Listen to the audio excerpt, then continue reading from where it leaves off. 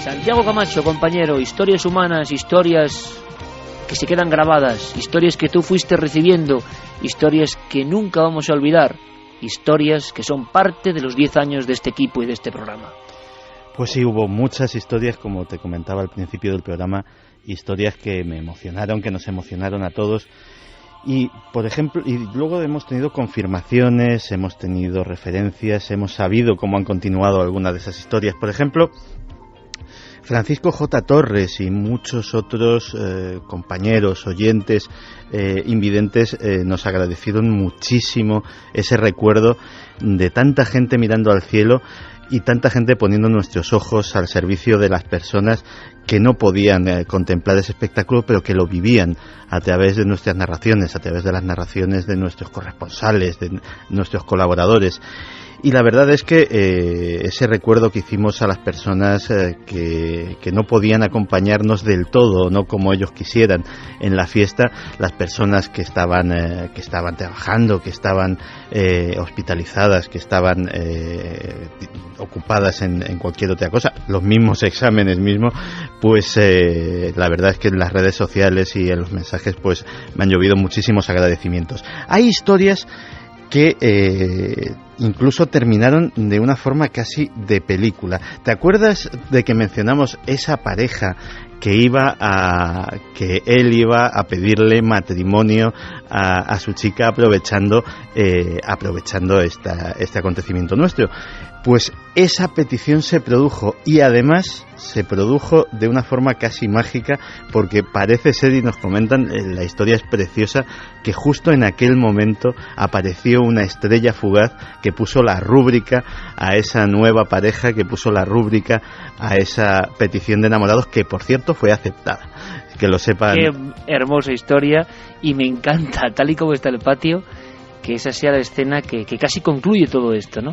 Seres humanos en armonía, un poco bajo las estrellas, llegando muchísimos mensajes, y aunque sea por resumir, porque nos vamos rápidamente a Altamira, la sensación de que muchísima más gente, hemos entrevistado a muchos amigos que han visto estos objetos del carrusel de luces sobre España en esa noche de junio, y corroborando las mismas zonas y las mismas áreas, ¿no? Desde luego que sí, Iker. Por ejemplo, Gema García Guerrero nos decía: los que estábamos en el Cerro de los Ángeles, en Madrid, disfrutamos de una magnífica noche y pudimos disfrutar de varias luces que nos dejaron bastante impactados. Magnífico, y hay que repetir. Víctor también nos decía: en Castilblanco de los Arroyos vimos los mismos flashes y la misma luz azul. Alberto Ruiz nos decía: puedo confirmar lo que se está hablando desde Córdoba. Yo estaba en las cercanías, en Badajoz, y sobre las 4:19 empezó todo. Simplemente apunté la hora y el minuto en que empecé a ver algo constante. David Rodríguez desde Valencia nos decía que días antes, sobre las 4:30 de la noche, nos estuvieron entreteniendo varias luces cambiando de posición e intensidad, cielo despejado y en zonas sin tránsito aéreo. Capi también nos decía: yo estuve en el municipio de Calañas, en Huelva, y pude ver el objeto que parecía un avión, pero no podía ser un avión, ya que se quedó estático. José Manuel nos decía que sobre las 2:10 se había visto una luz azulada descendiendo por el norte. Esta luz era bastante grande y dejaba un reflejo detrás larga. Esto se ha visto en Peñarroya, Pueblo Nuevo de Córdoba.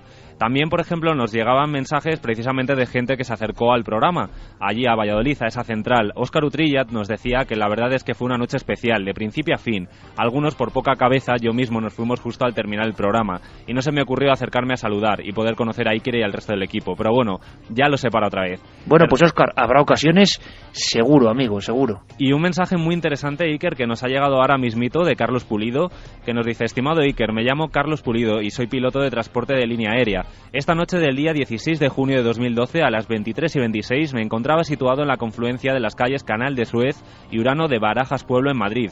He podido divisar un rumbo magnético 126 grados y como a 65 grados sobre el horizonte una formación de 5 luces situadas exactamente como se sitúan los puntos que representan al número 5 en un dado de juego.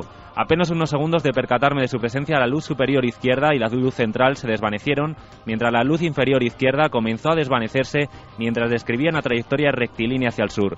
Las luces superior e inferior derechas resultaron ser estrellas.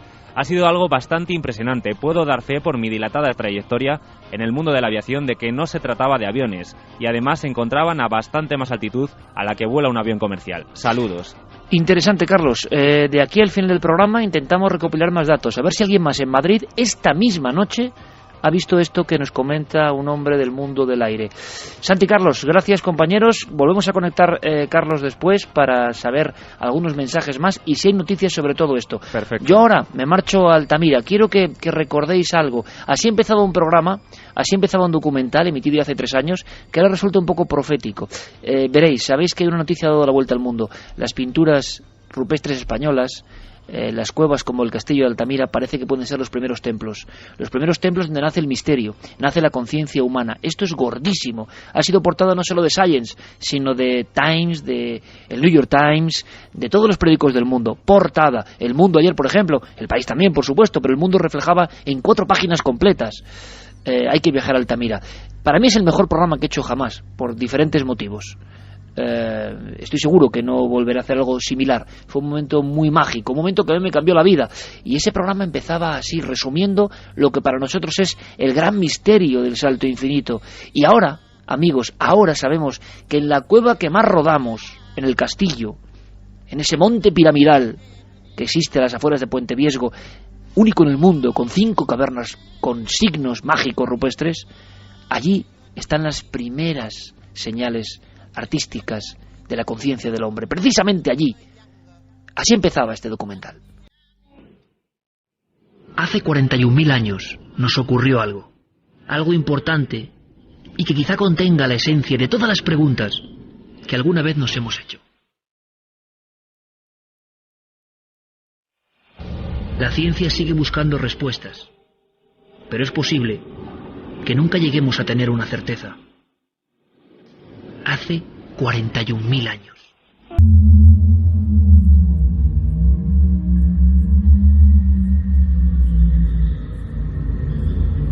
Una noche de aquella era remota, en algún paraje que desconocemos, todo cambió para siempre. Aseguran que ocurrió en el seno de una sola familia, quizá en un solo individuo. Un shock que hizo mutar el cerebro, el genoma, el alma, los sueños y todo lo importante que significa ser humano. Después de aquella experiencia, jamás volvimos a ser los mismos.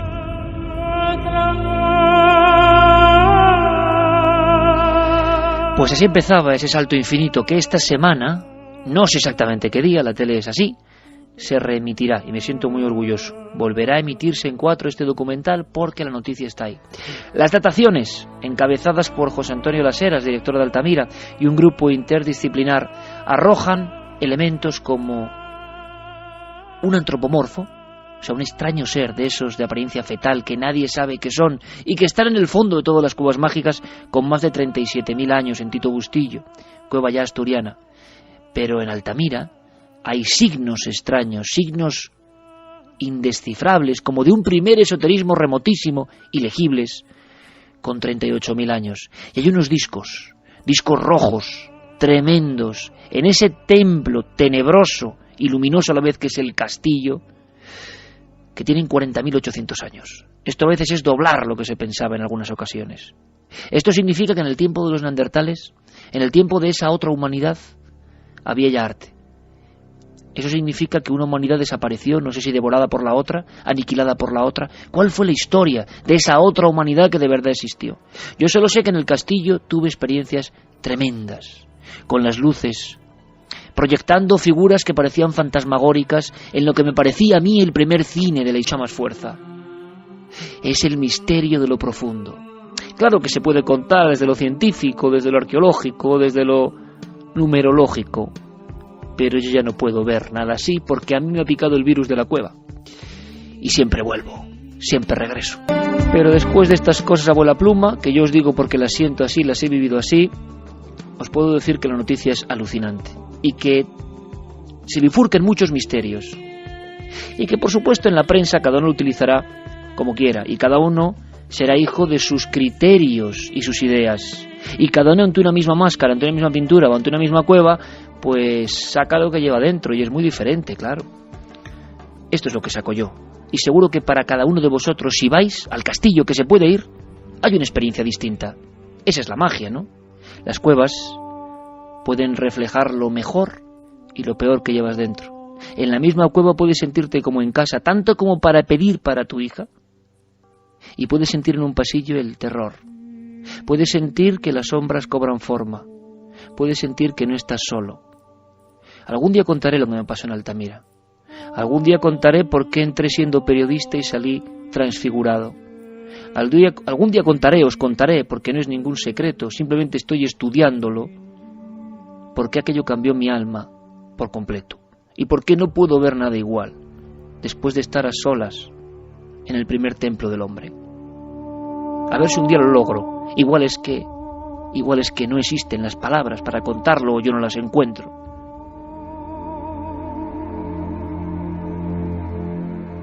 Pero Noel me conoce muy bien, y en Altamira a solas yo tenía una sola compañía, un fino haz de luz que apagué, y música como esta.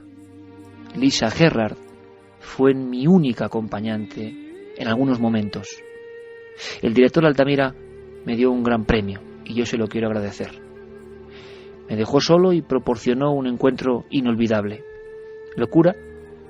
Posiblemente. Pero si es así, amigos, déjenme con mi locura. Déjenme ser un loco en un mundo de cuerdos. Ha pasado en Altamira, ha pasado en el castillo, ha pasado precisamente en esas cuevas y ninguna otra. Ni de Francia, ni de Italia. En España nació el arte de momento. Y yo me alegro. Hay que saberlo todo, amigos. A estas horas de la noche, y me alegra.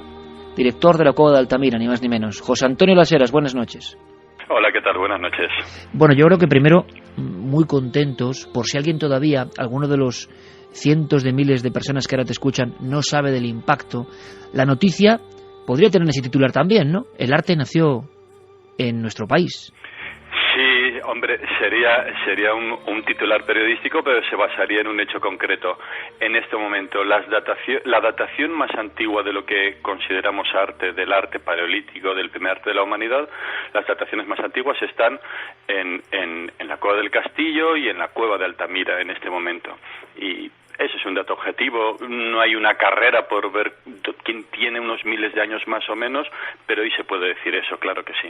José Antonio, ¿qué cambia esto? Es decir, parece que esas dataciones que habéis hecho con un método innovador, pero que parece absolutamente fiable, por eso la noticia ha tenido un impacto en todos los grandes rotativos mundiales, en todos los programas de información científica e información generalista, se ha dado el salto a ver páginas enteras en los principales diarios, y esto yo creo que es muy fuerte. Y si no está Altamira, tú sabes que esto es difícil, porque Altamira tiene algo más, es como un arquetipo, nos sentimos absolutamente unidos a esos bisontes y a sus secretos, pero a partir de aquí yo creo, y esto es lo interesantísimo, surgen diferentes debates y posibilidades y enigmas auténticos, simplemente con ese cambio de milenios, ¿no?, en estas últimas dataciones. Sí, cambian varias cosas. Lo primero es que tenemos un método nuevo para datar el arte, las figuras que no están hechas con carbón, y por lo tanto para conocer las primeras fases y las fases más antiguas. Por lo tanto, allí hay un cambio en la investigación, que cuando se generalice este método a otros yacimientos, bueno, veremos a ver qué va pasando. Pero hay otro cambio, es que al tener ahora fechas tan antiguas o incluso más antiguas en las cuevas de Cantabria que las de las figuras talladas en hueso y marfil de Alemania, de Vogelger, o que las pinturas de la cueva Chauvet, lo que tenemos es que el arte se generaliza en toda Europa, península ibérica, Francia, Centro Europa, Alemania, con inusitada rapidez, muy pronto y desde fechas muy tempranas. Otro cambio importante, la cueva Chauvet, con todos sus leones y con esas fechas entre 32.000 y 34.000, pero también con fechas gravetienses mucho más recientes, en torno a 22.000 y 24.000 años, era un arte figurativo excepcional, sorprendente. Ahora resulta que casualmente lo más antiguo es fundamentalmente abstracción. No hay un referente natural ni para los puntos del castillo ni para el signo complejo del techo de Altamira. Y el tercer cambio es que estamos en las fechas en el que humanos neandertales y humanos sapiens están presentes en Europa, y que si las fechas retroceden un poco más, nos vamos al momento en el que en Europa solo habría humanos neandertales. Entonces hay una cadena de cambios en el método y en los enfoques que son una pequeña revolución o una revolución o una innovación y una renovación en los estudios del primer arte conservado de la humanidad, del arte más antiguo, del arte de las cavernas de Europa. De todas formas, José Antonio, yo sé que tú eres cauto y eres un hombre de talante científico, pero desde fuera, y quizá viéndolo desde el prisma periodístico o más emotivo si quieres, esto sí puede ser un tsunami en el buen sentido, porque hay cosas que son como muy nuevas para el gran público. Y yo te agradezco el esfuerzo divulgativo siempre y de hacerlo comprensible a todo el mundo, que no es fácil. Por ejemplo, en esos grandes templos que yo recomiendo, ¿no?, en las cuevas que se pueden visitar, que es que si uno va con la perspectiva es como conectar con los orígenes, con la penumbra de los orígenes, ¿no?, y de tantos misterios que hay ahí. ¿Me quieres decir que pudo haber diferentes humanidades, como eran neandertales, una especie prima, vamos a decir, pero que no éramos exactamente nosotros, y nosotros, los Homo sapiens sapiens, haciendo el mismo tipo de adoraciones o de simbolismo, o conviviendo prácticamente? Esto es lo que abre este tipo de pinturas, una adoración artística, un simbolismo artístico por parte de individuos tan diferentes. Es que en los últimos años lo que hemos sabido, lo que hemos aprendido de los humanos neandertales los acerca bastante a nosotros y los acerca muchísimo más de la imagen que se creó de los neandertales en los años 30, 40 o 50 del siglo pasado. Una imagen muy poderosa de unos humanos demasiado bestializados en la representación que se hacía de ellos en los libros. En los últimos 10, 15 años hemos conocido y aprendido muchas cosas de neandertales y sabemos que estaban mucho más cerca. Después de 40.000 años o de 30.000 años de la desaparición de los humanos neandertales, y conservamos idéntico a ellos un 4% de carga genética. Eso es poquísimo según cómo se mire, pero también es mucho, ¿no?, después de la desaparición de aquella especie. Y en los últimos años hemos sabido que los humanos neandertales tuvieron en algún lugar, en algún yacimiento, en algún momento, algún grupo de neandertales tuvo actitudes simbólicas, utilizando adornos que parecen adornos personales, pequeños objetos perforados para adornar su cuerpo, comportamientos respecto a los muertos que tienen que ver con una idea de trascender más allá de la muerte y más allá de la propia vida, o de explicarse, o de explicarse a sí mismo más allá de la propia vida. Tenemos huesos grabados, tenemos marcas reiteradas en objetos hechos por neandertales. Bueno, el que haya puntos, el que haya signos, el que haya grafismos grabados o pintados en las cuevas, hay muchos colegas a los que no les sorprendería y que apuestan porque eso ocurra. Conforme se daten más, las cosas más antiguas de arte que hasta ahora no se podían datar, gracias al nuevo método se podrán datar, y hay colegas a los que no sorprendería esa opción, ¿no?, que Neandertal hubiera hecho también figuras, signos, creación plástica con la que acompañar sus propios pensamientos y sus ideas y sus palabras, claro que sí. Claro, José Antonio, porque hay un salto que quizá no es fácil de entender, pero es un salto tremendo, que claro, como seres humanos modernos hoy, cualquiera de los oyentes puede decir, bueno, no es tanto hacer un signo en una pared. Claro que es tanto, es un salto casi cósmico, ¿no? Es un salto que representa un cambio de mentalidad muy fuerte, muy potente, plasmar cosas que no son la realidad, pero que representan la realidad, inicio del arte y quizá de las creencias, ¿no?, como tú has dicho. Y yo te pregunto, lo que ahora mismo te preguntarán muchos oyentes, seguro en sus hogares, si esa gente, hablamos en este caso de los neandertales, y ahora hablaremos de las cuevas, que son el mismo misterio prácticamente, si esa gente tenía la capacidad de hacer arte, un tipo de arte, si esa gente se parecía más a nosotros de lo que pensamos, si esa gente estaba en las cuevas de Cantabria, ¿qué pasó con ellos? Vamos a ver, ¿por qué desaparecen los neandertales? Bueno, hay algo, la inteligencia es la capacidad de adaptación.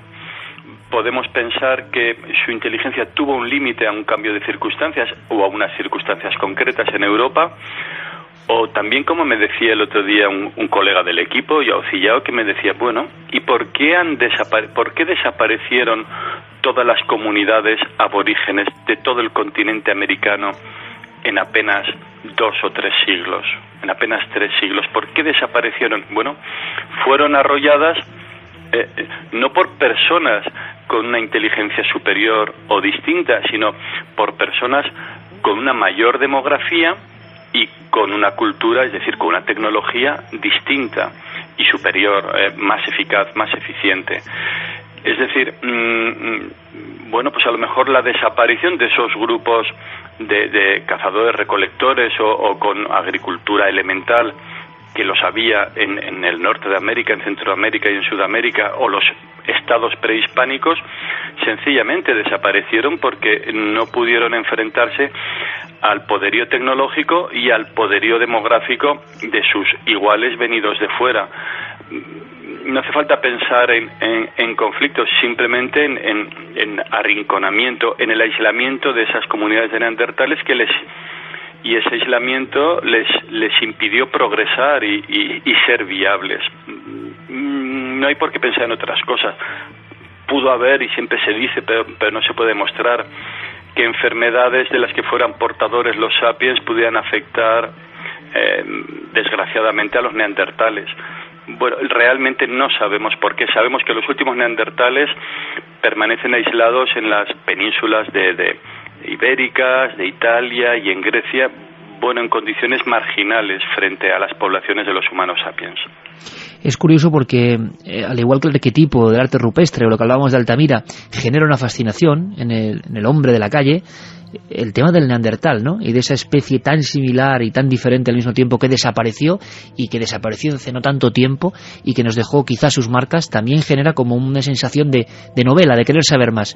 José Antonio, el estallido del arte, haya neandertales o no, en este caso hablamos de ese misterio primigenio, el estallido en la conciencia humana, vamos a decirlo así, para crear esas maravillas tan antiguas, es uno de los grandes, creo, enigmas todavía que nos quedan por resolver, ¿no? Porque yo creo que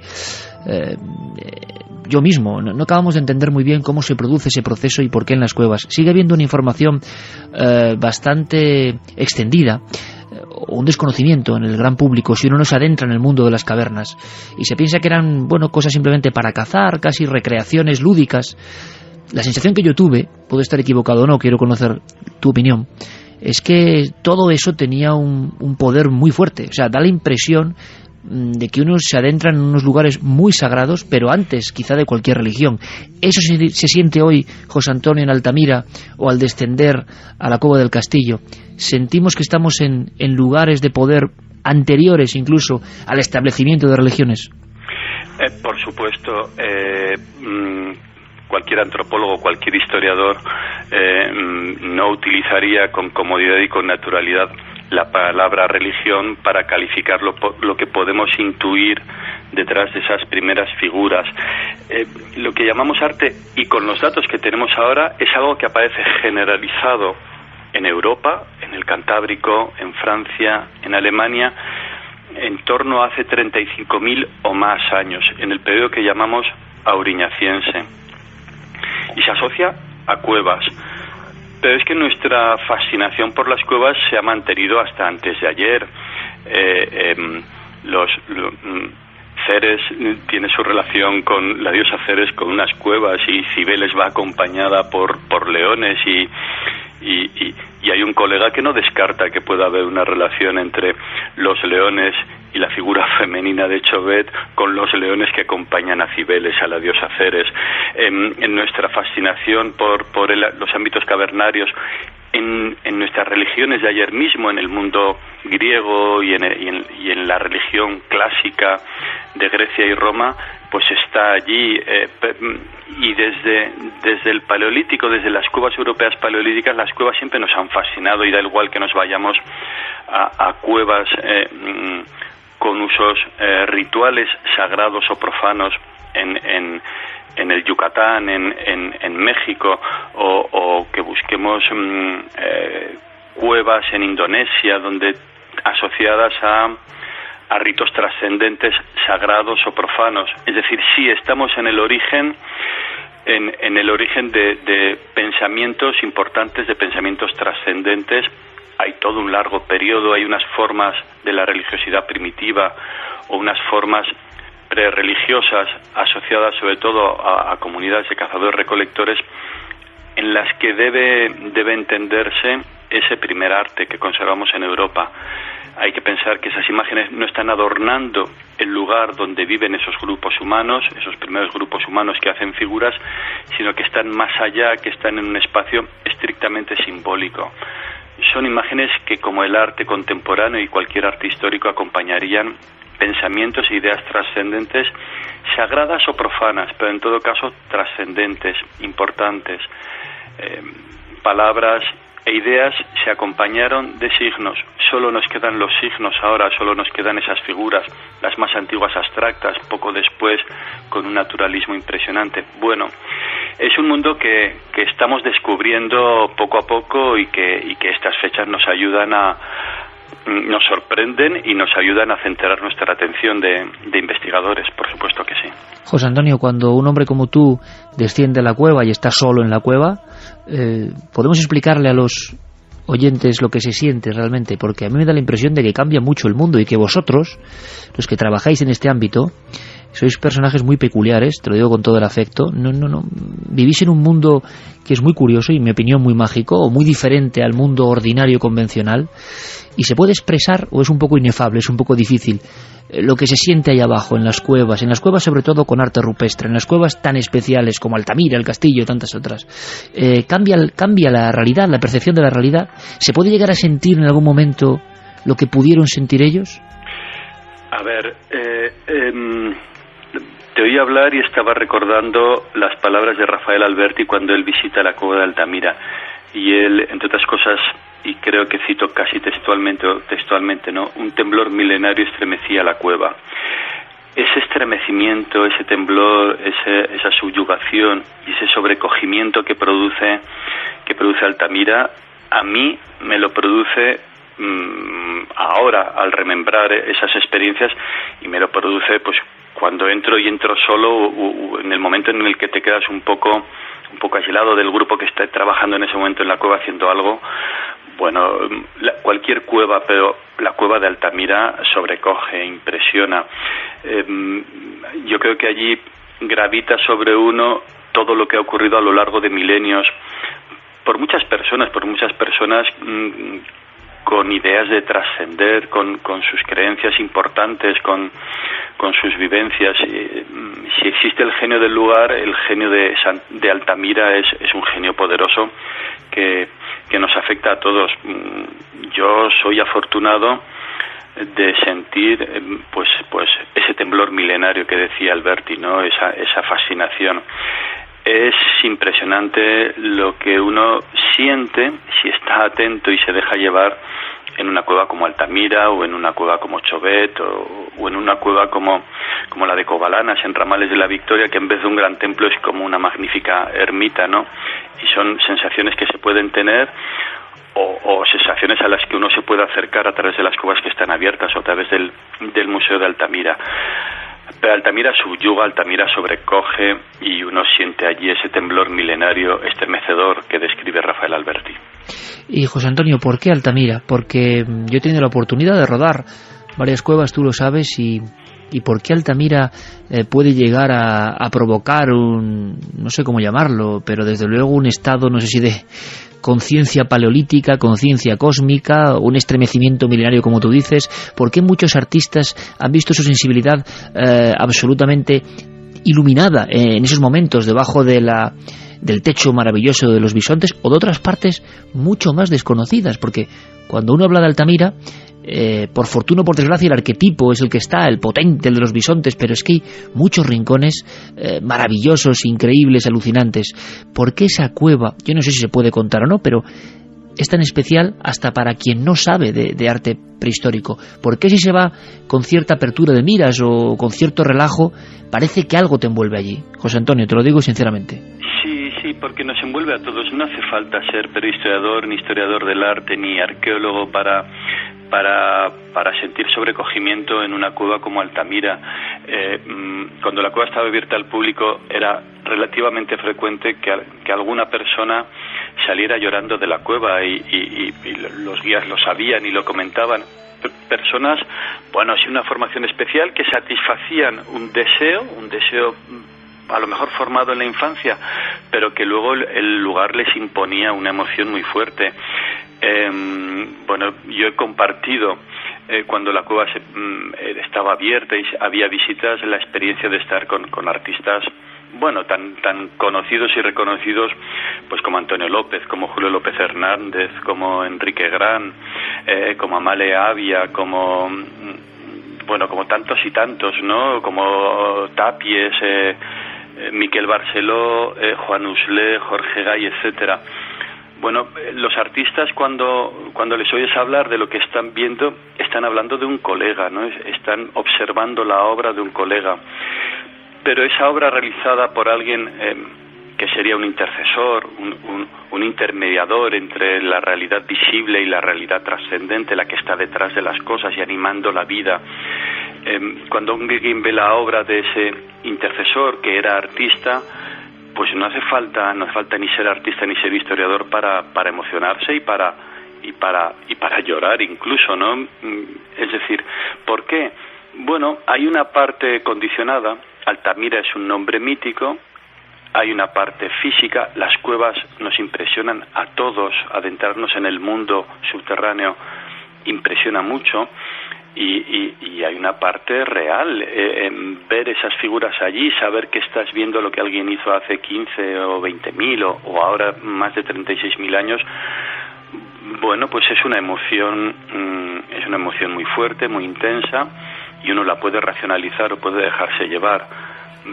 Los arqueólogos y los periodistas, o yo por lo menos, a veces racionalizo y a veces me dejo llevar, y a veces disfruto racionalizando y otras veces disfruto dejándome llevar y sintiendo que el vello se eriza y que la piel se contrae. O sea que, bueno, comprendo que cualquier persona en cualquier condición sienta el genio del lugar y el temblor milenario que ocurre allí reiteradamente. Es que durante más de 25.000 años allí hubo personas no habitando, sino entrando a expresar sus ideas importantes, a hacer figuras trascendentes, a hacer arte con la mayor importancia y la mayor trascendencia que tuvo para aquellos grupos. Bueno, eso tiene que estar ahí, tiene que haber cargas eléctricas que nos afecten o lo que sea, o simplemente pues el condicionamiento emotivo e intelectual que supone el nombre de Altamira. Pues José Antonio, yo te lo agradezco muchísimo, de verdad, este paseo por un mundo que hay una cosa que sí es triste en ocasiones, ¿no? Yo sé de tu labor, sé de la divulgación que haces, sé que Altamira además tiene esa ventaja del nombre imborrable, ¿no? Y de lo que significa. Pero me da mucha pena en ocasiones cuando sondeo al gran público y veo que el mundo del arte paleolítico, yo no sé por qué, el mundo de las cavernas, yo no sé por qué, sigue siendo un poco... sigue estando un poco a desmano, ¿no? Ojalá noticias como esta, poner de nuevo en la palestra informaciones y hallazgos tan importantes, sirva para que muchas personas se reencuentren con esa emoción milenaria. No hace falta ser especialista, ¿no? Porque da la impresión de que damos mucha importancia a muchas cosas y que nuestro origen, el misterio del arte, de la creencia, de lo sagrado de nuestro origen, que está en estos primeros templos o en estas primeras cavernas, o no se ha divulgado bien durante mucho tiempo, o no le ha llegado al gran público. Yo te puedo decir que muchas personas, José Antonio, no saben que la primera caverna encontrada con arte rupestre fue Altamira. Las personas se sorprenden. Ayer mismo lo contaba. ¿Por qué pasa esto? Bueno, no lo sé, pero por otra parte hay miles de personas que cada año visitan la Cueva del Castillo, y el año pasado 270.000 personas se acercaron al Museo de Altamira a conocer Altamira sabiendo que no iban a estar en la cueva. Es decir, a nosotros, a ti y a mí que estamos hablando, sabemos que muchas más personas podrían disfrutar acercándose al primer arte, acercándose a las cuevas que están abiertas, acercándose al Museo de Altamira, que se iban a ver recompensados, fascinados y sorprendidos. Bueno, animémosle a que lo hagan, pero son muchas las personas que anualmente en Cantabria o en Francia disfrutan reflexionando sobre los primeros nosotros y reflexionando sobre el primer arte, sobre el concepto de arte. Bueno, pero sin duda yo creo que lo que ha ocurrido estos días, el impacto de una noticia sobre el primer arte, sobre la cueva de Altamira, sobre el arte en las cuevas cantábricas, yo creo que este verano se notará y habrá muchas más personas recorriendo los lugares de nuestra prehistoria en Cantabria y en general en España, pero sobre todo en Cantabria.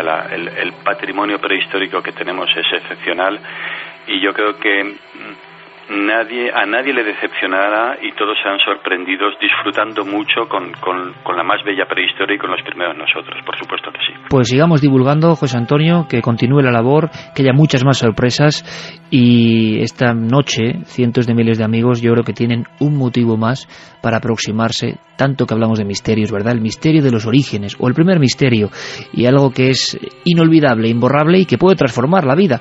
Yo desde luego tengo el virus ya de las cavernas y un buen amigo común, guía en la Cueva del Castillo, Chema Ceballos, me dijo que como te pique el virus de las cavernas ya no sales, siempre vuelves, es un eterno retorno.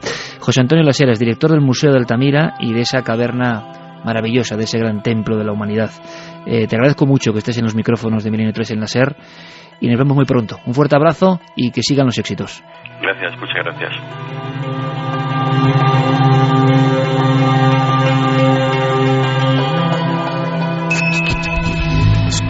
¿Quieres conocer la respuesta? Milenio 3 en la SER. Toda la información digital del mundo del misterio. Cientos de personas en Washington se llevaron un susto este miércoles cuando vieron lo que parecía ser un ovni transportado por la autopista. Internet explotó con avistamientos de la nave alienígena siendo trasladada por Capitol Beltway cerca de College Park en la parte trasera de un camión alrededor de las 11 de la noche. Fox News. Primero queremos hablarles de esto. Se estuvo comentando anoche.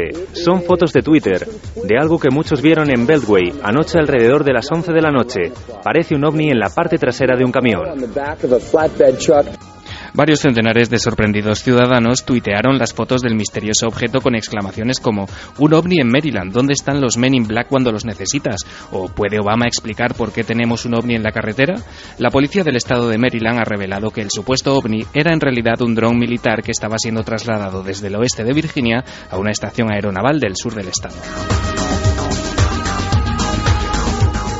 Nomofobia. Apuntad este término que nada tiene que ver con diminutas criaturas mitológicas. Hablamos de una nueva enfermedad asociada al estado de pánico en que puede entrar una persona cuando se olvida el teléfono móvil en casa.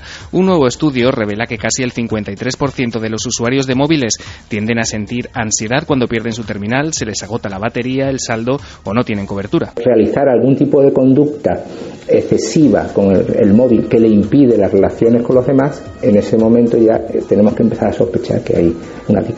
Salir a la calle sin móvil puede crear inestabilidad, agresividad y dificultades de concentración. El momento suele estar acompañado de síntomas tales como malestar general, hipervigilancia, inquietud, crisis de pánico o agorafobia. Los jóvenes de entre 18 y 24 años son los más propensos a padecer nomofobia. Dentro de este rango, el 8% de los universitarios son los que más lo sufren. La web del diario ABC recogía hace unos días la que ha sido una de las noticias más comentadas últimamente en los medios, y es que la fecha de la crucifixión de Jesús de Nazaret ha sido objeto de debate durante muchos años, pero los investigadores nunca han llegado a un acuerdo. En un nuevo estudio publicado en la Revista Internacional de Geología, investigadores alemanes han examinado el capítulo 27 del Evangelio de San Mateo, que describe cómo un terremoto se sintió en Jerusalén el día de la crucifixión. Los científicos han buscado pistas en el Mar Muerto para determinar si efectivamente la Tierra se movió violentamente en la zona hace unos 2000 años. Los datos geológicos apuntan a una fecha como la más propicia para haber sido el día del martirio, el viernes 3 de abril del año 33 después de Cristo. Los investigadores estudiarán ahora otro acontecimiento natural asociado con la crucifixión de Jesús, la oscuridad, que pudo haber sido provocada por una tormenta de polvo. Las pirámides de Giza en Egipto ya se pueden visitar desde casa con gafas 3D. Un nuevo programa reconstruye el interior y el exterior de los icónicos monumentos en 3 dimensiones para que los usuarios puedan ver una de las maravillas del mundo en todo su esplendor. La historia de este proyecto comienza hace más de 100 años. Una expedición de Harvard dirigida por George Reisner, un icono de la arqueología moderna, recopiló fotos, diarios, dibujos y documentos de las pirámides de Giza. Con esta fuente de información se ha reconstruido la necrópolis de la forma más exacta posible.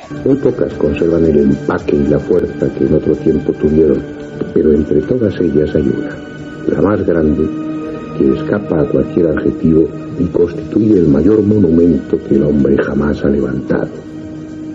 Si es que fue el hombre y no los mismos dioses quienes lo hicieron. La web Giza 3D proporciona una visita guiada. Permite visitar las tumbas restauradas y entrar en 4 de los antiguos templos del sitio. Los usuarios pueden navegar por imágenes actuales y antiguas y ver 30 objetos meticulosamente reconstruidos en 3D. También pueden acceder a fotos, diarios de campo, mapas y otros elementos desde el sitio web de los archivos del Museo de Giza. Es todo por esta semana. Como siempre, el resumen y los links para profundizar en todos estos temas los tenéis desde ya gracias a Guillermo León en ikerjimenez.com y en las redes sociales. En 7 días, más recomendaciones virtuales. Ya sabéis que el misterio continúa en la red.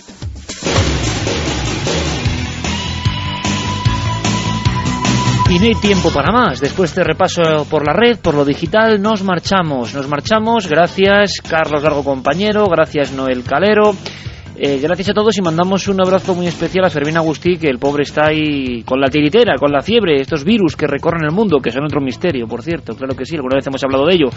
Nosotros nos marchamos, pero no hasta mañana, porque con la programación y los cambios de la Eurocopa reposamos y volvemos el 24 en Cuarto Milenio. Eso sí, esta semana, muy atentos, informará por supuesto Guillermo León, porque remitirán El Salto Infinito, ese viaje al primer misterio, a la profundidad, y que ahora se convierte en noticia, con hallazgos nunca filmados por las cámaras, con cosas nunca vistas por el hombre, hasta que llegamos a ciertos puntos inaccesibles de algunas cuevas de Cantabria.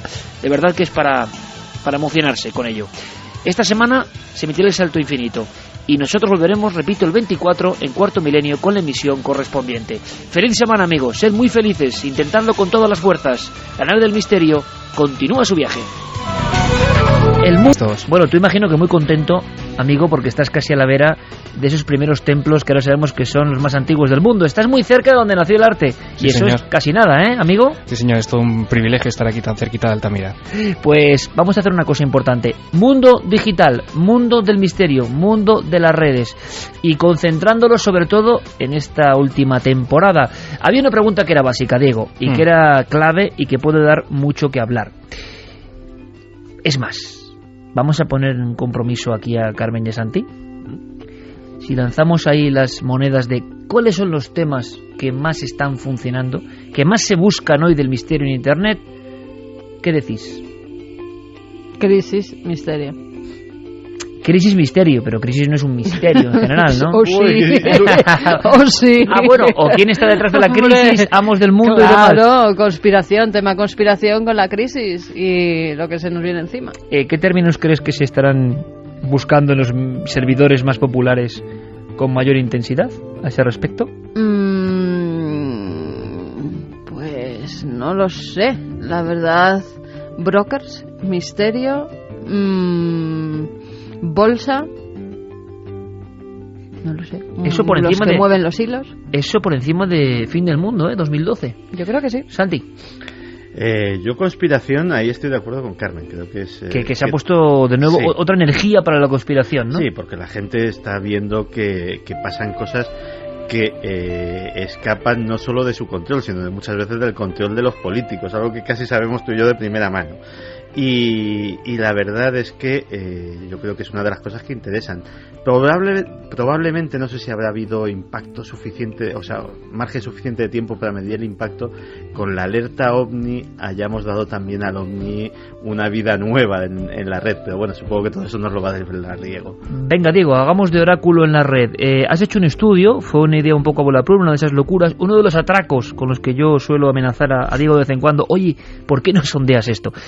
¿Y qué has ido averiguando? Pues mira, no van mal encaminados tanto Carmen como Santi. Lo que pasa es que Iker, como te comentaba antes de empezar ahora la tercera hora, esto es un poco difícil de plantear porque partimos de un problema base y de un problema que en sí mismo plantea un montón de debates y de encendidas discusiones en la red, y es saber qué ámbitos podemos considerar el misterio. Claro. Es decir, ¿qué consideramos misterio? ¿Temas clásicos como la ufología, la parapsicología, las casas encantadas exclusivamente? ¿O metemos en el misterio también la arqueología y la criminología y la ciencia? Claro, no sabemos muy bien qué englobar dentro de esa etiqueta, pero desde luego, como ellos decían, la conspiración es uno de esos grandes temas que en 2011 ha dado para muchas búsquedas. Que además, claro, la conspiración está como muy interconectada con la propia naturaleza de Internet, ¿no? Efectivamente. Fíjate, hemos consultado a varias webs, Iker, yo me he puesto en contacto con algunos administradores y he visto estadísticas, ¿no?, en foros como, bueno, Foros del Misterio hasta hace muy poco, he consultado las estadísticas de lo que han sido esos 7 años, ¿no?, de misterio, también Legados del Misterio, Misterio Semanal, webs como El Transbordador de Miguel Ángel Alcalá, que yo nunca me canso de recomendar porque es una web muy puntera y muy interesante, la verdad. Y lo que nos han contado es que, a ver, de los grandes temas, ¿cuál pensáis vosotros que puede ser? Los grandes temas de siempre, ¿no?, del misterio. Vamos a decir que estos son como los círculos de Dante, ¿no? O sea, hay unos clásicos, inmortales, y luego hay como elementos que en los últimos años hemos ido casi aderezando a los misterios clásicos. Venga, os pongo 3, a ver si acertáis. Eso me gusta. Os pongo 3. ¿Qué habrá sido más buscado en Google en 2011 y en 2012? La parapsicología, los ovnis... No, voy a hacer 4. Parapsicología, ovnis, ¿Egipto o conspiraciones? Jolín, pues yo creo que conspiraciones. Yo también, conspiraciones. Pues estamos unánimes. Yo por la cuenta que me tengo. A ver si mis compañeros Fermín, Carlos y Jorge dicen lo mismo. ¿Creéis que...? Conspiraciones. Los 3 han dicho ovnis. Y Jorge, ovnis. Los 3 han saltado al unísono. Ovnis. Han acertado. ¿Ovnis? Los ovnis han resurgido. Estaban muertos, que ya los ovnis no se veían, que no... Me dice Carlos Largo por línea interna, el año de los humanoides, claro, el año de las sombras. Es verdad, y fíjate, cuando en las revistas del sector se hacen algunas encuestas, los ovnis no suelen aparecer en los primeros puestos, pero sí que suelen aparecer en tiempos de crisis. Efectivamente, y todos los administradores de foros y de webs me han coincidido en señalarme que la ufología y todo lo relacionado con el fenómeno ovni sigue siendo, sin lugar a dudas, el rey indiscutible de los misterios en Internet. Oye, me dejas de piedra, sinceramente. ¿En qué sentido? Es uno de los temas más viejos, más antiguos, no antiguo comparado con la arqueología o el esoterismo, claro, lleva prácticamente 65 años, se va a cumplir ahora justo. Bueno, ¿qué digo yo? Estamos en el 65 aniversario prácticamente de la era moderna de los ovnis, 24 de junio de 1947. Bien, el tema ovni, y lo sabemos, tiene el mismo número de seguidores acérrimos y de detractores. Gente que la hastía, que la aburre, que no le lleva a nada, que no entienden su misterio. Y mucha gente, por ejemplo con estos sonidos cósmicos de fondo de oxígeno, que creen que es el misterio primigenio. A mí me encantan los ovnis, es el misterio con el que yo nací. Es cierto que es un misterio que te permite pocas florituras porque es lo que hay y poco se puede indagar, ¿no? Es difícil, es como un eterno absurdo. Que me digas que en el 2011 ha estado por encima de conspiración, sí.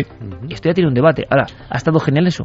En tiempos de crisis los ovnis vuelan, Sí. Fíjate, y además lo que aumenta, Iker, me cuentan, son los testimonios directos de personas que creen haber tenido avistamientos. Y fíjate, la palabra ovnis, tal cual, ha sido trending topic el pasado mes de mayo de este año 2012 en 4 países: Argentina, Ecuador, México y Perú. Es difícil entrar en la lista de trending topics porque son solamente 10 términos al día.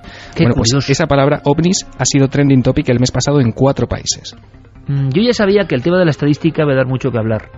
Yo ya sabía que la mejor forma, o intuía, de terminar esta compilación de noticias en la red era un poco revisión y análisis, ¿no? Pero claro, ya hay uno que es en aldabonazo. Los ovnis no están muertos. Los ovnis, y lo hemos visto en Alerta OVNI 2012, están ahí. Pero seguro que tiene que ver con los tiempos de zozobra que estamos viviendo. Hay quien dice, y esto es muy bonito o muy feo, según se mire, que los ovnis vienen a sustituir el arquetipo de la divinidad que viene a salvarnos. Es decir, hemos cambiado una divinidad de barba blanca y amplias túnicas, o ángeles, o da igual la religión que sea, alguien poderoso, trascendente, a quien acudimos para pedir ayuda, y a partir de los años 70 se conforma en la psique colectiva la idea de que esos dioses tienen que ser dioses tecnológicos y que vienen en naves, pero su función es la misma: advertirnos de que estamos a punto del final y podemos pedirles, ¿no? Esa es la idea, digo, y da la sensación de que curiosamente en el 2012 esto vuelve por encima incluso del concepto profecías, Diego. Sí. Además, Iker, como te comentaba al principio, este estudio es un poco difícil porque tampoco sabemos muy bien si centrarnos solo en el idioma castellano. Si nos vamos al inglés, la palabra UFO, el acrónimo de Unidentified Flying Object, también fue trending topic, pero ya en enero de 2012, abril de 2012, mayo de 2012 y junio de 2012, en Estados Unidos, Holanda, Italia y Turquía. Es decir, el espectro es bastante alto. Como comentas, y también es algo a destacar, desde mediados del año pasado, de 2011, todo lo que tiene que ver con profecías mayas, el fin del mundo, el apocalipsis, el año 2012, ha entrado con mucha fuerza en los buscadores. Han aparecido multitud de libros, documentales, películas, páginas web dedicadas al tema. Es cierto que no ha llegado al nivel de los grandes temas. La conspiración, ahí tenéis razón, le sigue ganando, pero sí que ha subido bastante. Y vamos a ver dónde quedan después de que acabe este año conceptos tales como Elenin, que se ha colado en la lista de los términos más buscados este año. Todo lo de los mayas, las profecías de Parravicini, por ejemplo, Nostradamus, en fin, dentro de los grandes términos relacionados con el misterio que más referencias tienen en Google, hay que decir que están tanto Elenin, como he dicho, como 2012 fin del mundo. Podemos hacer un ranking, Diego, de esos términos clásicos que tú has sondeado.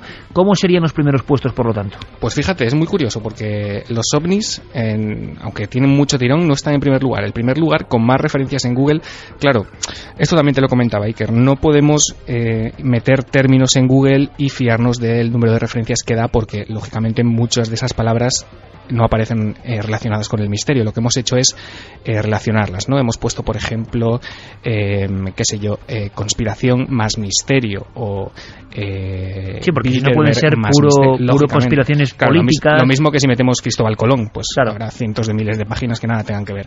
Bueno, el concepto más relacionado con misterio y que más referencias nos devuelve en Google es Egipto.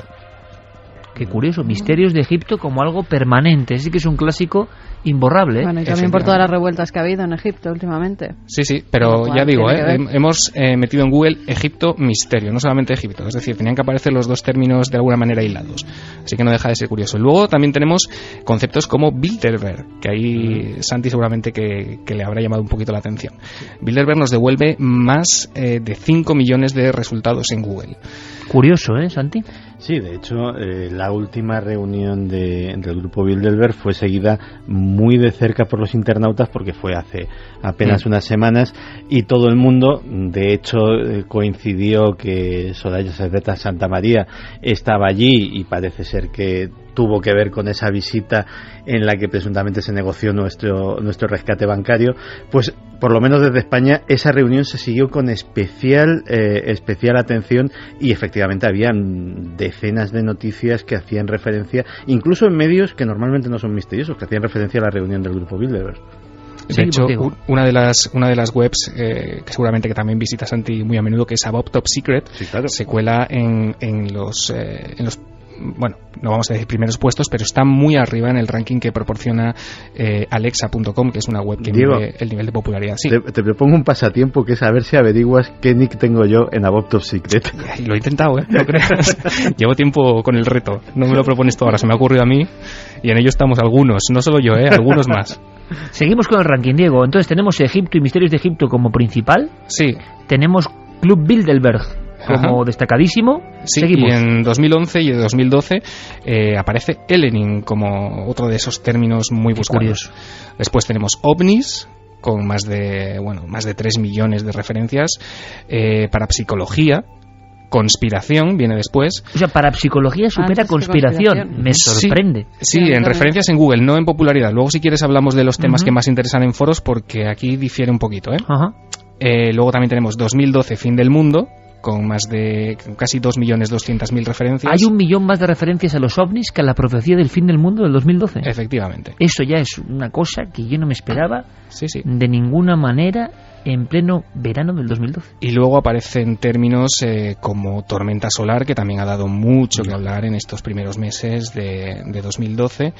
Y curiosamente me ha dado por buscar, simplemente por curiosidad, Iker, cosas que parecía que ya podían estar olvidadas, como el concepto síndrome tóxico, y me he llevado una sorpresa porque el número de referencias no es precisamente escaso.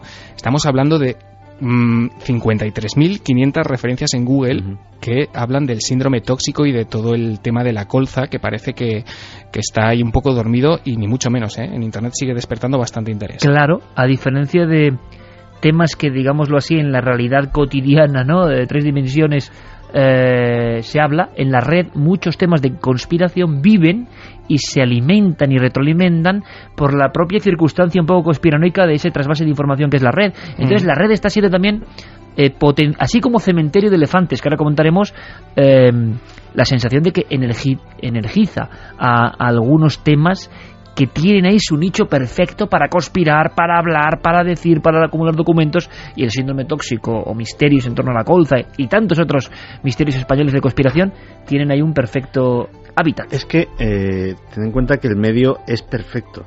El conspiranoico medio, como yo, por ejemplo, siempre, tú eres de los ni alto ni bajo, sí, es verdad, yo soy top level. Tiene una desconfianza innata hacia los medios de comunicación tradicional. Cierto. ¿Qué encuentra en Internet? Pues encuentra en Internet información que curiosamente no se recoge en medios escritos tradicionales sobre temas, en el caso español, pues como puede ser el síndrome tóxico, como puede ser el asesinato del Carrero Blanco, como puede ser el 23F, como pueden ser un montón de historias bastante oscuritas de nuestra transición, que precisamente por la línea editorial de los diferentes medios, estoy hablando de los medios de papel sobre todo, vinculados a determinadas ideologías o a determinados partidos, pues o cada uno lo cuenta según lo ve, o sencillamente se pasa de puntillas. O sea, el conspiranoico busca información libre, entre comillas, en ese gran trigal, ¿no?, de noticias que es el mundo de la red, y ahí busca. Y por tanto me imagino, Diego, que términos como HAARP, como los chemtrails, o sea, cosas como emblemáticas, ¿no?, esas estelas de condensación con la que algunos aseguran que nos manejan, manipulan o experimentan con nosotros, o el proyecto HAARP celebérrimo que se relaciona tanto con el cambio climático y otras cosas, todo eso imagino que sigue teniendo fuerza en la red, o ha perdido fuelle. No, ni mucho menos. Todo el mundo de la conspiración, como tú dices, por ejemplo, el proyecto HAARP, los chemtrails o el proyecto Bluebeam, son temas que son muy seguidos actualmente. Despierta mucha curiosidad, Iker, entre los usuarios de Internet. Al parecer, toda la intrahistoria y todos los detalles de grupos secretos, así como pueden ser los Illuminati, los masones, todo esto es bastante seguido, pero claro, como comentábamos al principio, si hacemos o si metemos en el saco del misterio otros conceptos como ciencia, también hay que decir que curiosamente en 2012 todo lo que tiene que ver con la ciencia de vanguardia, con la física de partículas, con el acelerador de Ginebra, todo esto tiene también muy buena acogida, porque digamos que la gente está con muchas ganas de entender qué está pasando o cómo puede funcionar el mundo. Es como si quisieran encontrar una explicación al misterio en todos estos ámbitos. ¿Y de Hum, el zumbido? Porque me brean, de verdad, con mails todas las semanas con el zumbido. Pero todas las semanas. Probablemente, la verdad es que me has pillado, se me ha pasado meter en Google ese concepto. Te pillé. Me has pillado, a ver cuántas referencias nos devolvía, pero estoy seguro que nos seguro que es uno de esos temas fuertes, sí señor. Un tema propio del 2011-2012, de esta temporada. Hay una cosa muy importante. De hecho, Iker, perdón un segundito, simplemente decirte que en diciembre de 2011, una palabra tan rara y tan poco usual como neutrino se colocó en los primeros puestos de Trending Topic en Twitter. ¿Me quieres decir, y ahora iremos con Trending Topic que pueden ser sorprendentes en el mundo del misterio, pero si hay un trasvase de información, quiere decir, han perdido algo de fuelle algunos temas clásicos, y los temas como el que hemos abordado esta primera hora, los temas de la ciencia con misterio, vamos a llamarlo así, o ciencia de vanguardia, están haciéndose muy fuertes en el mundo de los seguidores de este tipo de temas, de asuntos, de fenómenos. Los temas de la ciencia que siempre habían sido aburridos, siempre incluso habían tenido como una especie de barrera respecto a estos asuntos que compartimos, han entrado de una forma fluida e importante. Eso parece. La verdad es que además se contrapone con una bajada bastante espectacular, no sé si es la palabra, pero bastante notoria al menos, de temas clásicos como pueden ser, pues yo que sé, la Ouija, los fantasmas, las casas encantadas. Todo esto parece que está un poco de capa caída, al menos si tenemos en cuenta el número de visitas de los artículos en las webs especializadas. Esto sí queda para debate, compañeros. Diego, yo creo que es una de las claves importantes del macroanálisis, no haremos a más detalles, pero que mientras se ha perdido fuelle el tema de Casas Encantadas, el tema de Ouija, el tema de espiritismo, imagino, todo esto, que son grandes clásicos, ¿no? Hablamos de mucha gente que le interesa, pero contrarresta un poco la situación con con la subida, con la ola de temas científicos que muchos, vamos a decir, desde la ortodoxia de estos asuntos, no consideran misterio. Y sin embargo tú estás viendo que unos crecen y otros descrecen en interés. Sí. Además, por ejemplo, en los foros que hemos visitado, como decía antes, pues foros del misterio, legados del misterio, misterio semanal, los foros que están ahora, unos ya congelados y otros más activos, las temáticas con más actividad por parte de los usuarios están más o menos claramente delimitadas. El primer ámbito que despierta interés son las investigaciones y las experiencias de los propios usuarios. Es muy curioso. La experiencia personal interesa más. Efectivamente, y las investigaciones que cada uno de ellos puede desarrollar a nivel particular, ¿no? Todas estas salidas, digamos, a nivel amateur, que no tienen nada que ver con grandes equipos o respaldadas por medios de comunicación, se siguen con bastante interés. Luego, como os he comentado antes, el tema estrellas siguen siendo los ovnis. Luego todo lo que tiene que ver con arqueología e historia tiene mucho interés en los foros.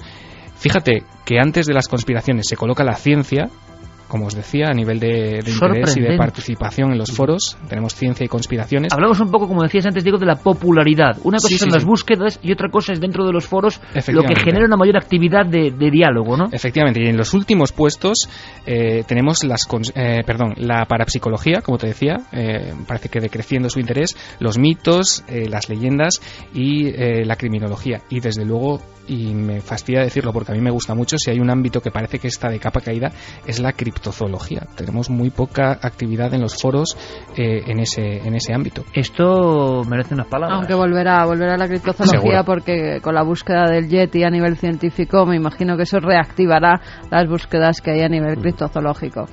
No, a mí me parece bien, lo siguiente, o sea, que el tema que más interese ahora mismo en Internet, en esos foros, sean precisamente las propias investigaciones que realiza la gente con sus medios más o menos precarios, con toda la ilusión del mundo, como hicimos todos en algún momento, y que precisamente pues esas investigaciones tengan un foro, tengan un escaparate donde mostrarse y donde la gente pueda intercambiar y pueda darse consejos.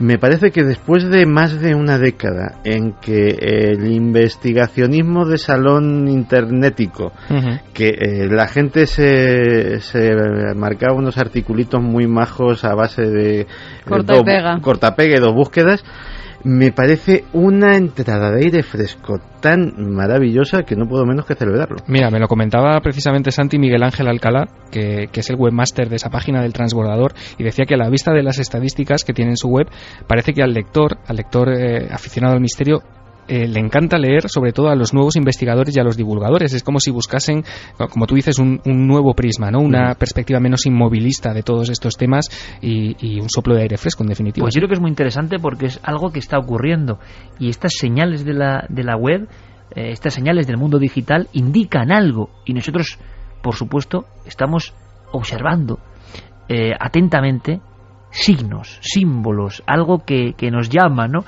Y que habla de las diferentes formas de pensar de las grandes comunidades de seguidores del misterio, porque hablamos de muchos miles y miles y miles de visitas. Vamos a hacer una cosa, Diego, por ejemplo, en cuanto a Trending Topics, que es ese término para mí muy novedoso, pero que ya vemos cómo se empieza a usar incluso en los medios convencionales como para decir qué éxito he tenido, ¿no? A veces eso puede obtenerse por muy diferentes formas y no tiene mucho sentido, no se corresponden con un interés real, sino con chistes, comentarios, pero muchas veces también es verdad que es la muestra o la muesca de un impacto concreto. Es muy hijo de este tiempo, yo no sé si esto es bueno o malo, de la inmediatez. Lo que ha sido trending topic un día no aparece al día siguiente ni interesa. Lo que ha sido trending topic un día y ha generado un enorme impacto, casi nadie se acuerda el día siguiente. Estamos en el mundo de los impactos, ¿no? Rápido, directo, la noticia, al día siguiente, o sea, no hay memorización, como decía Santi hace una hora. Bien, pero sabiendo esto, trending topic, creo que todo el mundo lo sabe. Efectivamente, que fue además un día clave. Otros términos relacionados con el misterio, con estos temas que tocamos en Milenio 3 Iker, que han sido trending topics en los últimos meses, han sido, por ejemplo, JFK, curioso, después de tanto tiempo, en febrero de 2012 y en abril. Supongo que la novela de Stephen King habrá tenido algo que ver. Sí, desde luego, no. Efectivamente, que como esta investigación o este recuento de datos no hay que tomarlo al pie de la letra, pero bueno, es curioso, ¿no?, que JFK siga apareciendo ahí. Por ejemplo, Anonymous también ha sido trending topics durante muchos meses. Sixto Paz, curiosamente, en mayo alcanzó trending topic en Chile y en Perú cuando declaró que el mundo no iba a acabar en 2012, sino que se iba a transformar. Fue algo muy comentado. Y otras palabras como Tutankamón, Jesucristo. Curiosamente, Iker, te quería comentar algo de esto. Jesús de Nazaret, a nivel internet, te puedo asegurar, claramente el personaje a nivel de reacciones, a nivel de interés, a nivel de comentarios de noticias, como pudo verse hace unos días en un artículo que apareció en internet y que generó casi 200 comentarios sobre Jesús de Nazaret. No es fácil, ¿eh? Jesús de Nazaret, el icono potentísimo y lo que significa, gente a favor, gente en contra, gente que discute su existencia, gente que la afirma, pero sigue siendo ese emblema, como ha sido para grandes éxitos literarios y cinematográficos, sigue siendo un imán poderosísimo que, claro, en internet se convierte en un auténtico torbellino y no es comparable a ningún otro personaje histórico ni del misterio, ¿no? Te aseguro que no. Además, es curioso porque llevamos muchos años en los que, si te das cuenta, no aparece, digamos, ningún nuevo icono del misterio. Le estamos dando vueltas siempre a las mismas figuras, ¿no? Puede ser, pues, tanto Jesús de Nazaret, Drácula, yo qué sé, Yetis. Tenemos iconos, ¿no?, desde luego, muy, muy característicos, y parece que al no haber nuevas aportaciones, al no renovarse ese plantel de iconos, parece, bueno, que ese interés siga ahí latente, ¿no?, después de mucho tiempo. Y eso será siempre así, porque Jesús, en el fondo, nos trae un tema de trascendencia y de unión de hombre con la divinidad, y eso es muy difícil de superar, y eso va a generar todo tipo de intereses. Cuando nosotros, a nivel de la prensa, por ejemplo, los que estamos aquí hemos trabajado en revistas, en estudios hace 20 años, 15 años, sabíamos que Jesús, que Egipto, que algunas cosas generaban de inmediato, ¿verdad?, un interés. Hay algo oculto ahí que ni siquiera sabemos muy bien qué es, que nos reconecta, estemos de acuerdo o no, o seamos fervientes seguidores o no, da igual, con ese poderoso elemento simbólico. Vamos a hacer más cosas, más trending topics, por favor, que nos pueden sorprender. Pues ovnis, como te he dicho, ha sido una palabra muy retuiteada últimamente, y bueno, temas como este. También hay trending topics, Iker, que han bajado. A ver, ¿cuáles? Que esto también es bastante interesante. Fíjate, en el año 2010, solamente hace 2 años, lo más comentado en Twitter, la palabra número 1, el término más buscado y más repetido fue Wikileaks. Pues en 2 años, desde 2011 hasta junio de 2012, que estamos ahora, la web de Julian Assange ha caído hasta el puesto 21.209 en el ranking de webs más visitadas, auditado por Alexa, y especialmente desde marzo de este año, Iker, el descenso de popularidad ha sido muchísimo más acusado. Porque es que hay miles de millones de páginas web, por lo tanto, es decir, estar en el 21.000 es una pasada, es increíble, pero claro, que esa web estuvo mucho más arriba, claro, es decir, prácticamente Wikileaks, el ejemplo clarísimo de un tema, de una serpiente de verano dentro de los temas del misterio. ¿Qué opináis? Porque estuvo ahí, se hicieron libros y de repente ¡pum! Un terrible bajonazo y parece que ya no interesa tanto.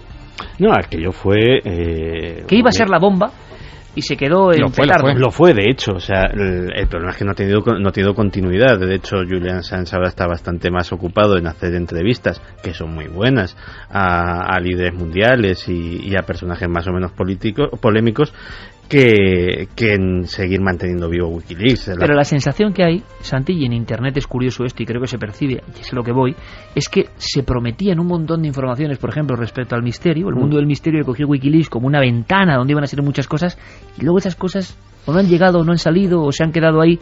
Yo creo que eso fue una leyenda urbana, o sea, que se generó, con respecto a nuestro ámbito estricto de lo misterioso, que se generó una serie de expectativas que tampoco tenían un fundamento en las propias afirmaciones de Wikileaks o del propio Julian Assange, que un día le preguntaron de ovnis y dice, ¿usted qué me está contando? Si yo de esto no sé nada.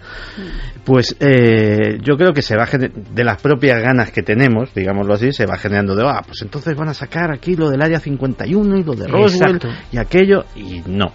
Pero es como lo de las profecías mayas, también se ha quedado como un poco en un bluff, porque no ha salido nada nuevo tampoco.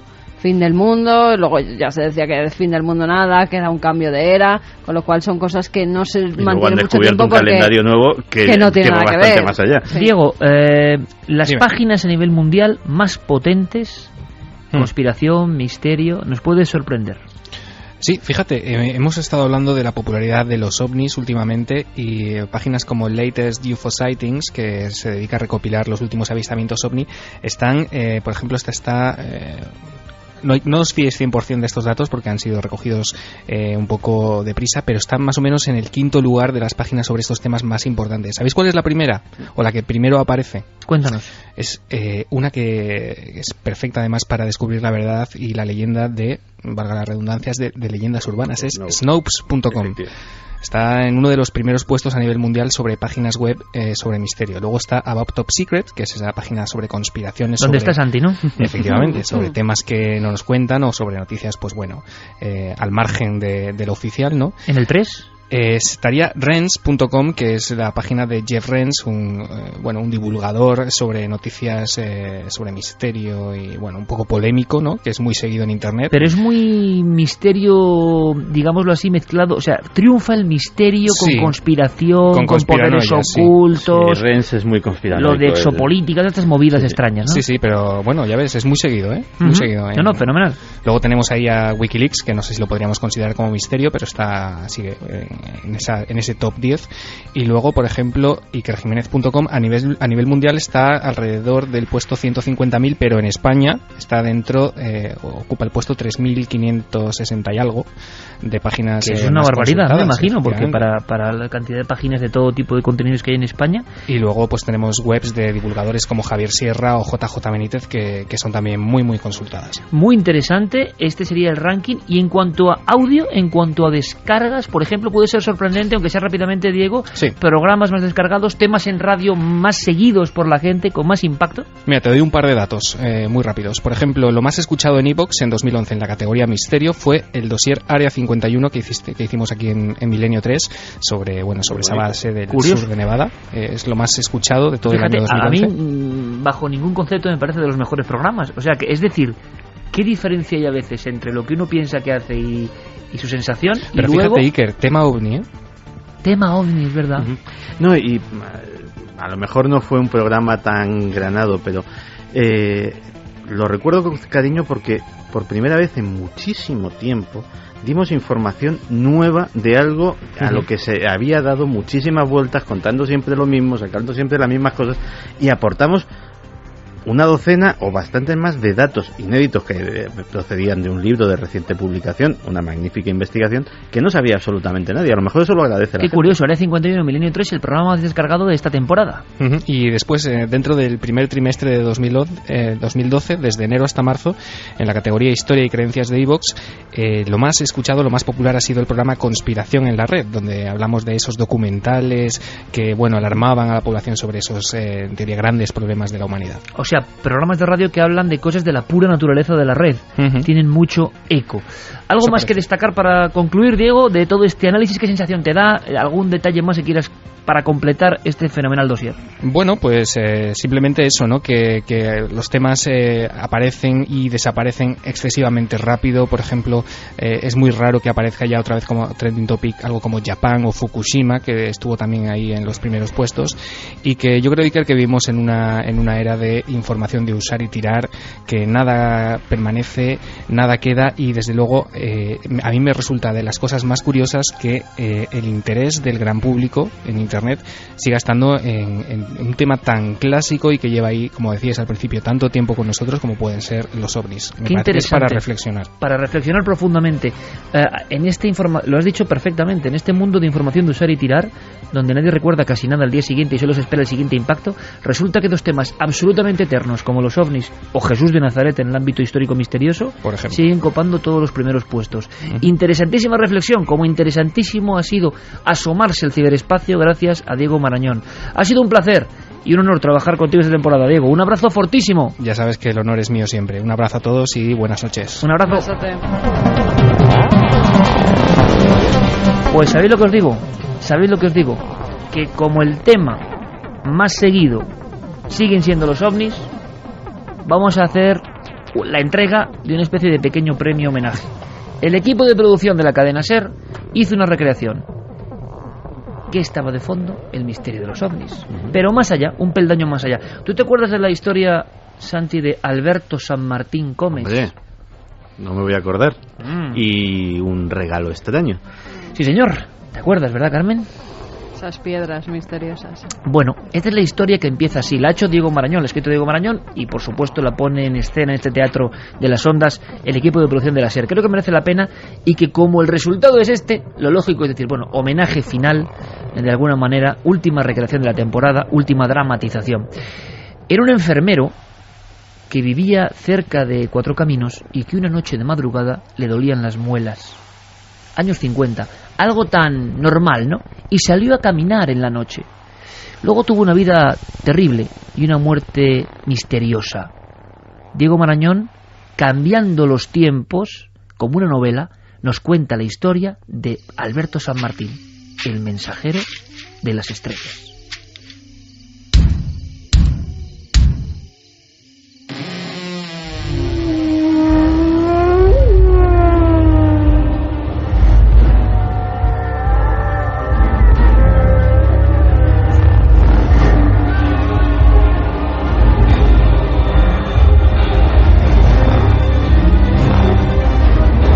La cadena SER presenta El mensajero de las estrellas. La ciudad de Sao Paulo ya se encuentra iluminada por las miles de luces que anuncian la cercanía de la Navidad y la inminente llegada de 1983. Tras una breve pausa, en nuestro tiempo de sucesos, les informaremos sobre el accidente de tráfico que esta mañana se ha producido en el centro y que ha estado a punto de costarle la vida a un ciudadano de origen español que responde al nombre de Alberto San Martín. El hombre de 65 años y residente en Brasil desde 1956 impactó su coche contra un poste, perdiendo el conocimiento. En estos momentos se encuentra ingresado en el pabellón Pereira Filo, donde se debate entre la vida y la muerte, aquejado de un aneurisma cerebral.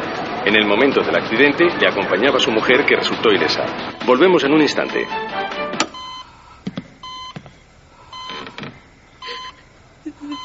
Al final, has conseguido salir en las noticias. Alberto, dime algo.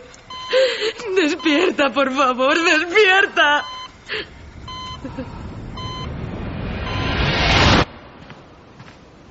Alberto, es tardísimo. Vamos a dormir, que mañana madrugas. Vete tú, cariño. A mí me está matando esta muela. Lleva todo el día dándome la tabarra en el hospital. Y si me acuesto ahora ni voy a pegar ojo ni te voy a dejar dormir a ti. A lo mejor salgo a dar una vuelta para ver si se me pasa. ¿Con el frío que hace? Si te duele, ¿por qué no te quedas aquí leyendo? Pacita, voy a ver las estrellas tanto si me quedo aquí como si no. Y saliendo al menos me despejaré. Llevo días con la cabeza en otro lado. Veo cosas. ¿Cosas? ¿Qué cosas? No sé, nada supongo. Solo que en ocasiones me vienen imágenes a la mente. Parecen ciudades de otro mundo. Cúpulas, calles imposibles. Oye, ¿a qué viene esa sonrisa? Viene a que me parece que el dolor te está afectando más de lo que pensaba. Sí, anda, mejor sal y toma el aire. Pues eso es lo que yo digo, mujer. Caminaré un rato y me vuelvo enseguida.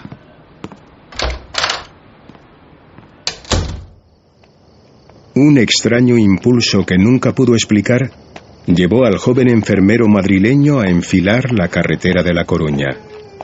La débil luz de las farolas de la calle Dulcinea permitía distinguir el vaho que provocaba su respiración. Las calles estaban completamente desiertas. Como si un instinto inexplicable le guiase, San Martín cubrió apenas sin darse cuenta el trayecto desde Cuatro Caminos hasta las inmediaciones del Puente de los Franceses. Fue entonces cuando notó que se encontraba en el más absoluto de los silencios. Un vacío que preparaba la madrugada para un encuentro excepcional. Súbitamente, una figura de aspecto humano se recortó en el horizonte, aproximándose con rapidez al lugar donde se encontraba Alberto. Este, lejos de sentirse intimidado, agudizó su sentido de la curiosidad. Buenas noches. No hubo contestación. El extraño ser, de aspecto asexuado pero indudablemente joven, permaneció en completo silencio mirando al nocturno caminante. Solo pasados unos segundos, el visitante levantó su blanquecina mano derecha y la colocó sobre el hombro de Alberto, en lo que éste consideró una clara señal de amistad. Oiga, ¿necesita ayuda? El visitante, sin articular palabra, extendió su brazo en dirección a Alberto, ofreciéndole algo. Un pequeño objeto que parecía emitir diminutos destellos bajo la luz de la luna. El enfermero, al que inundaba una sensación de extraña tranquilidad, comprendió instantáneamente que intentar conversar con él sería inútil. Se limitó a tomar aquel objeto, rozando por un instante la gélida piel de aquel ser de rubios cabellos. Tras la histórica entrega, el visitante sonrió, dio media vuelta y se alejó en dirección a un cerro cercano. Fue lo último que San Martín recordaría antes de caer desmayado.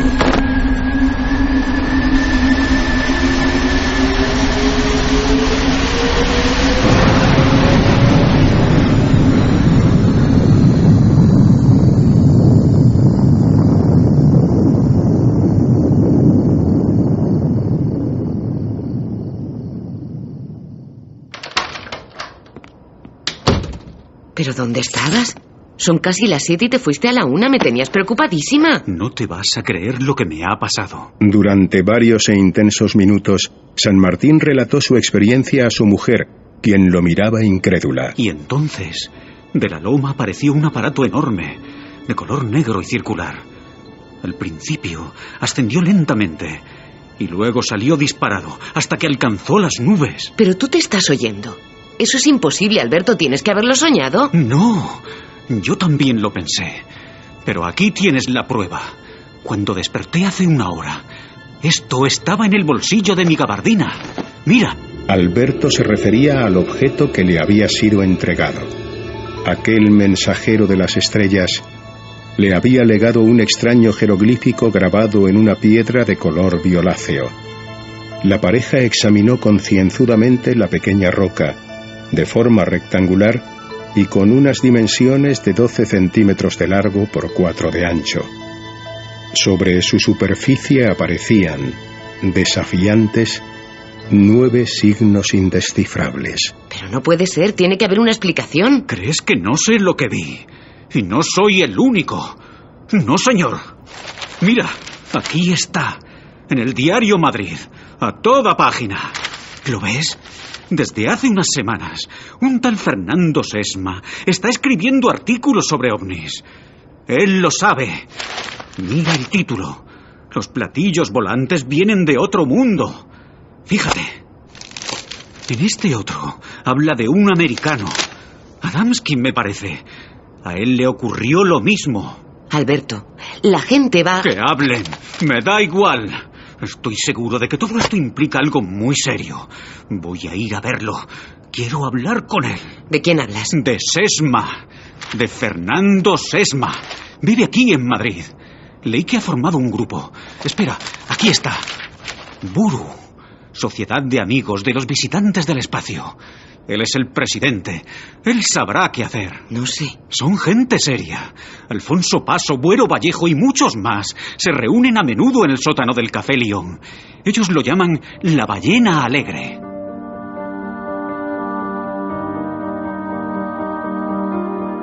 Convertido en protagonista destacado de las reuniones del colectivo, el relato de la experiencia de San Martín no tardó en llegar a la prensa.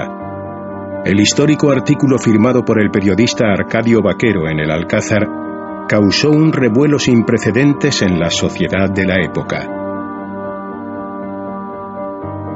De la mano de aquellas nuevas amistades llegarían los primeros análisis de la piedra. A nivel físico, fue Pedro García Bayón Campomanes, reconocido profesor de mineralogía en la Universidad Complutense, el encargado de dejar constancia de su composición. ¿Y de dónde dice que la ha sacado? Bueno, preferiría reservarme el dato, a ser posible. Como quiera, aunque su origen podría ser relevante para el análisis. Verá, la roca parece una especie de carbonato. ¿La ha probado por un casual? Disculpe. No se asombre. Se lo digo porque tiene un sabor salado. ¿Y eso es extraño? Lo es, teniendo en cuenta que la roca no tiene sales en su composición. Tiene partes solubles y otras que no lo son. En cuanto al color, parece causado por algún tipo de sustancia orgánica. Es muy rara la piedra, desde luego. Los símbolos fueron analizados por el epigrafista Joaquín Navascués, por el padre Severino Machado e incluso por el propio Fernando Sesma, quien, entusiasmado, escribió 2 libros sobre el asunto. Ninguno pudo encontrar un significado concreto. Así, con el paso de los meses, algo comenzó a bullir en el interior de Alberto San Martín. Un instinto, un magnetismo que apuntaba a un destino concreto al otro lado del océano. Casi 2 años después de su encuentro con aquel ser, San Martín decidió dejar España e irse a vivir a Brasil. ¿Cómo que te vas? ¿Qué quieres decir? Pues eso, que lo dejo todo. Pacita y yo nos vamos. No debería sorprenderte, ya hemos hablado de esto, amigo Sesma. Agradezco el apoyo de Buru, tu ayuda y el trabajo que te has tomado para escribir los libros sobre la piedra. Pero mi sitio ya no es este. Necesito respuestas. ¿Pero por qué Brasil? Ya lo sabes. Me voy porque, aunque te parezca absurdo, estoy absolutamente convencido de que allí se producen hechos sensacionales relacionados con los platillos volantes y con los extraterrestres.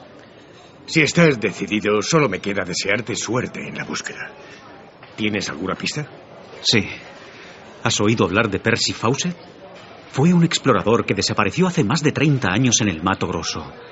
He leído que en aquella zona podría haber una base subterránea de ovnis. ¿Te imaginas? Estoy deseando llegar. San Martín efectivamente llegó a su destino. Y en noviembre de 1956 emprendió una insólita expedición de 1 mes por el Río Verde junto a 3 amigos. El enfermero madrileño llegó a confirmar que había encontrado algo extraordinario, algo que mantuvo en el más profundo rincón de su memoria, prometiendo no volver nunca más a aquella región, por órdenes transmitidas telepáticamente por extraterrestres. San Martín se propuso olvidar su piedra, su experiencia, su alucinante vivencia. Pero, a veces, no basta con eso. Barrio de Santo Amaro, 1982.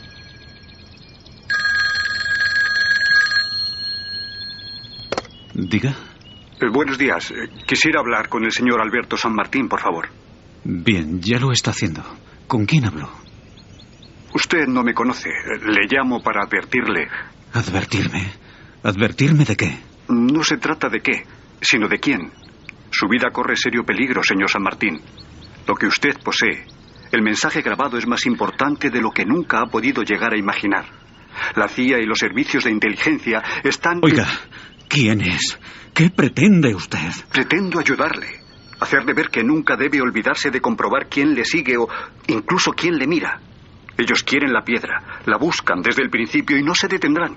Voy a colgar. Mi mujer está en la cocina. No quiero seguir escuchándole. Ella no merece más sobresaltos.